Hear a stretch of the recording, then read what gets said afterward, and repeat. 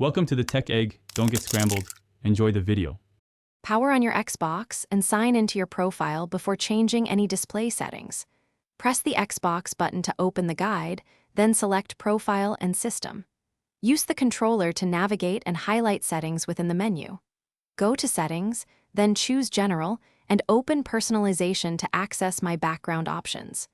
Navigate slowly through menus if you use a keyboard or media remote. This first step ensures you reach the area where wallpaper choices and removals are controlled.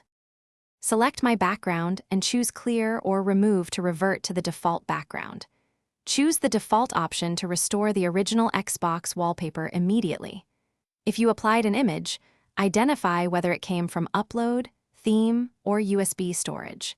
If you used a file, remove the image from the USB drive and reselect Default to clear it from your choices. Confirm the change by returning to Home and checking that the wallpaper shows the stock Xbox background again.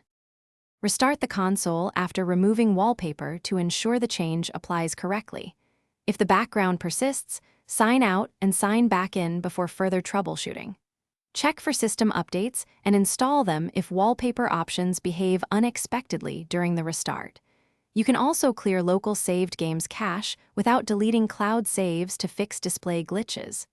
As a last resort, clear local data or perform a factory reset carefully after backing up files and settings to.